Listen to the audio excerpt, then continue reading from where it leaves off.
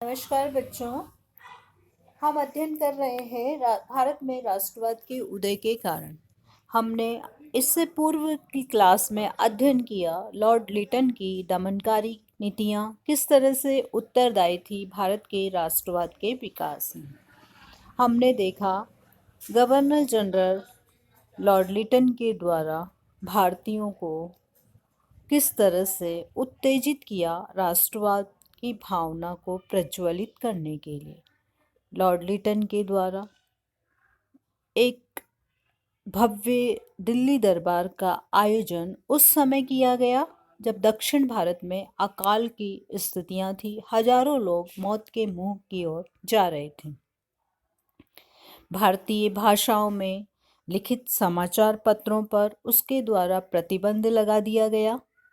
इसका तीव्र विरोध हुआ और अंततोगत्वा उसके द्वारा इस वर्नाक्यूलर प्रेस एक्ट को रद्द कर दिया गया। उसके शासनकाल में अफगानिस्तान पर आक्रमण किया गया और संपूर्ण युद्ध का खर्चा भारतीयों पर डाला गया। इसके अतिरिक्त उसके द्वारा भारतीय सिविल सर्विसेज सेवा की आयु को घटाकर 21 से 19 कर दिया गया ताकि भारतीय इस सिविल सर्विसेज में नहीं जा सके। अब हम अध्ययन करेंगे एल्बर्ट बिल विवाद। ये एल्बर्ट बिल विवाद क्या था? लॉर्ड लिटन के बाद लॉर्ड लिटन के स्थान पर 1880 में जो वायसराय बनकर गवर्नर जनरल बनकर भारत आए लॉर्ड रिपन थे और उनके द्वारा उसके शासनकाल में अनेक सुधार पारित किए गए। न्याय व्यवस्था में भी सुधार किया गया। जाति विभेद जो विद्यमान था, भारतीय न्यायाधीशों को यूरोपीय अपराधियों के अभियोग की सुनवाई का अधिकार प्राप्त नहीं था, वो हमने पहले देखा, जबकि अंग्रेज न्यायाधीशों को ये अधिकार प्राप्त था। इसलिए रिपन ने अपनी काउंसिल के विधि सदस्य मिस्टर सीपी एल्बर्ट को इस संबंध में एक विशेष विधेयक प्रस्तुत करने को कहा और उसने एल्बर्ट ने एक बिल पेश किया 1883 में, जिसे एल्बर्ट बिल कहते हैं। इससे भारतीय मजिस्ट्रेट को यूरोपियों के विरुद्ध अभियोग की सुनवाई करने और दंडित करने का अधिकार की व्यवस्था की गई। लेकिन यह विधेयक एक भीषण विवाद का कारण बन गया। तो बच्चों, हमें ये याद रखना है, लॉर्ड लिटन के बाद गवर्नर जनरल बनकर भारत में कौन आया? Lord Ripon. और उसके द्वारा कौन सा बिल पारित किया गया? एल्बर्ट बिल पारित किया गया। और इस एल्बर्ट बिल में क्या किया गया था? भारतीय न्यायाधीशों को यूरोपीय अपराधों को सुनने का अधिकार दिया गया।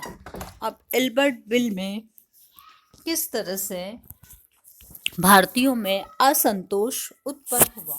तो आपके वन वर्ड में क्वेश्चन आ सकता है, एल्बर्ट बिल किसके शासनकाल में पारित किया गया, या लॉर्ड रिपन का महत्वपूर्ण न्याय व्यवस्था में क्या सुधार था, उसका उल्लेख कीजिए।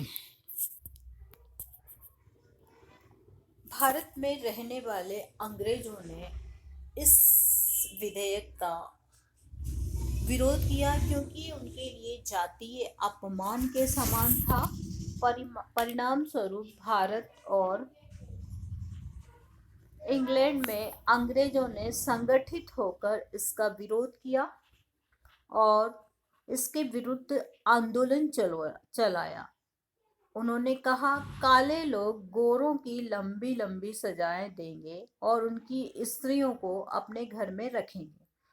यूरोपियों ने इस विधेयक के खिलाफ संगठित रूप से आंदोलन चलाने के लिए यूरोपीय रक्षा संघ की स्थापना की और इसके लिए उन्होंने आर्थिक रूप से पैसा भी इकट्ठा किया और उस जो रुपये की चंदा इकट्ठा किया गया था उसकी राशि थी 1,50,000 रुपये।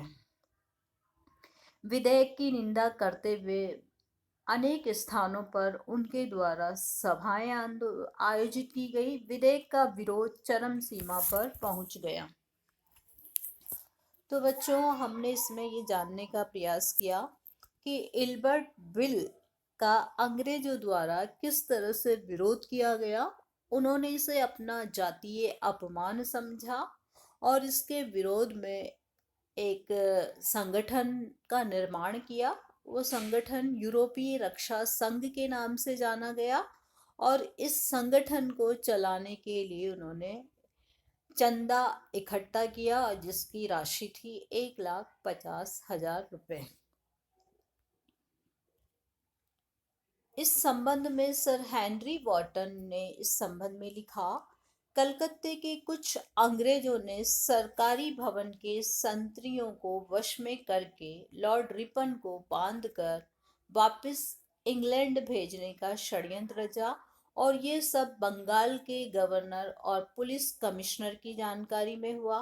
अंग्रेजों के संगठित आंदोलन के समक्ष रिपन को झुकना पड़ा और उसे इस विधेयक में संशोधन करना पड़ा।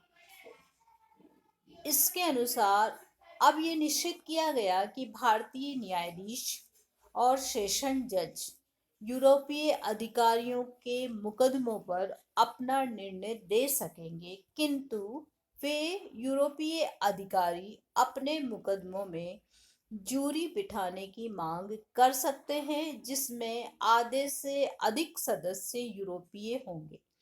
इस संशोधन से इस विधेयक की मूल भावना ही समाप्त हो गई। तो बच्चों, हमने देखा कि किस तरह इस विधेयक में संशोधन करके अंग्रेजों के फैसलों का अधिकार अंग्रेज न्यायाधीशों को ही दे दिया गया। इस घटना ने भारतीय जनता को बहुत अधिक प्रभावित किया। इस संबंध में सुरेंद्र नाथ बैनर्जी ने लिखा कि कोई भी स्वाभिमानी भारतीय अब आंख मूंद कर सुस्त नहीं बैठ सकता था। जो इल्बर्ट विवाद के महत्व को समझते थे, उनके लिए यह देशभक्ति की महान पुकार थी। वास्तव में इल्बर्ट बिल के विरोधी आंदोलन ने भारत को संगठित करने के लिए प्रेरित किया। सर हेनरी कॉटन के शब्दों में, इस विधेयक के विरोध में किए गए यूरोपीय आंदोलन ने भारत की राष्ट्रीय विचारधारा को जितना एकता प्रदान नहीं की, उतने इस विधेयक ने पारित होकर भी नहीं कर सकता था। तो इस विधेयक के माध्यम से भारतीयों में देशभक्ति की भावना जागृत हुई और उन्होंने भी अंग्रेजों के विरुद्ध संगठित होकर आंदोलन करने की मंशा व्यक्त की। यूरोपियों के आंदोलन से प्रभावित होकर भारतीयों ने भी एक संस्था का गठन किया और वो संस्था राष्ट्रीय संस्था के रूप में जानी गई और कांग्रेस के रूप में सामने आई। भारतीयों ने महसूस किया, यदि हम अंग्रेजों की भांति संगठित होकर ब्रिटिश सरकार का विरोध करेंगे तो हमें स्वाधीनता प्राप्त हो सकती है। इससे राष्ट्रीय आंदोलन को बल मिलेगा। तो बच्चों, भारतीय राष्ट्रीय कांग्रेस की स्थापना के प्रमुख कारण क्या क्या रहे? आपके प्रश्न ये भी आ सकता है, या भारत में राष्ट्रवाद के उदय के क्या क्या कारण रहे? तो हमने जितने भी कारण जानने का प्रयास किया है, पढ़ा है, उन्हें आपको याद रखना है, अपने रजिस्टर में नोट करना है और जितनी भी स्लाइड आपकी स्क्रीन पर आ रही है और उनमें जितने भी नोट्स आपको उपलब्ध हो रहे हैं, उन्हें आप अपने रजिस्टर में लिखते जाएं। एग्ज़ाम के समय ये आपके पढ़ने में बहुत काम आएंगे। तो इस संबंध में ऐसी मजूमदार लिखते हैं कि इस आंदोलन ने भारतीयों को ये अनुभव करा दिया कि यदि राजनीतिक प्रगति वांछनीय है तो केवल एक राष्ट्रीय सभा द्वारा ही संभव है। इस सभा का संबंध विभिन्न प्रांतों की स्वतंत्र राजनीति से न होकर देश की एक व्यापक राजनीति से होना चाहिए।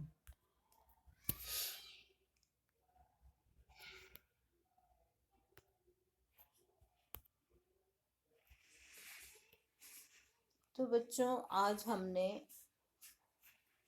एक पूरा चैप्टर भारतीय राष्ट्रवाद के उदय के कारणों को आपको विभिन्न भागों में बांटकर वीडियो के माध्यम से आपको प्रेषित किया है। इसमें बहुत सारे वन वर्ड के क्वेश्चन आपके तैयार हो रहे हैं, जो आपके थर्ड ईयर में ही नहीं, आगे जो भी प्रतियोगी परीक्षाएं आप देंगे उनमें आपके बहुत अधिक काम आएंगे। इन्हें आप एक रजिस्टर में नोट कर लें। जैसे इलवर्ट बिल विवाद क्या था, किस किस समय बनाया गया, कौन से सन में पारित किया गया, लॉर्ड लिटन के समय वर्नाक्यूलर प्रेस एक्ट कब पारित किया गया, अफगानिस्तान पर आक्रमण कब किया गया, आर्य समाज, ब्रह्म समाज, थियोसोफिकल सोसाइटी, रामकृष्ण मिशन किसके द्वारा बनाए गए। तो आपके जितने भी इसमें प्रश्न आ रहे हैं उनको आपको छोटे रूप में वन वर्ड वाले में तैयार करना है। सुरेंद्र नाथ बनर्जी ने कौन से संगठन स्थापित किया गया, किसके शासनकाल में भारतीय सिविल सर्विसेज की आयु सीमा कम की गई। बहुत सारे प्रश्न हैं, उनको आपको उनके उत्तर आपको एक रजिस्टर बनाकर नोट कर लेने हैं। अब अगले वीडियो में हम देखेंगे कांग्रेस की स्थापना किसके द्वारा की गई, कांग्रेस का संगठन का स्वरूप क्या था, कांग्रेस के अंतर्गत काम करने वाले उदारवादी, फिर उदारवादियों के पश्चात हम उग्रवाद पढ़ेंगे। तो इस तरह एक श्रृंखला है जो भारतीय राष्ट्रीय आंदोलन के दौरान हम देखेंगे कि किस तरह भारतीयों के द्वारा स्वाधीनता आंदोलन प्रारंभ किया गया और कांग्रेस ने किस तरह से एक संगठन के रूप में उन्हें एक नेतृत्व प्रदान किया।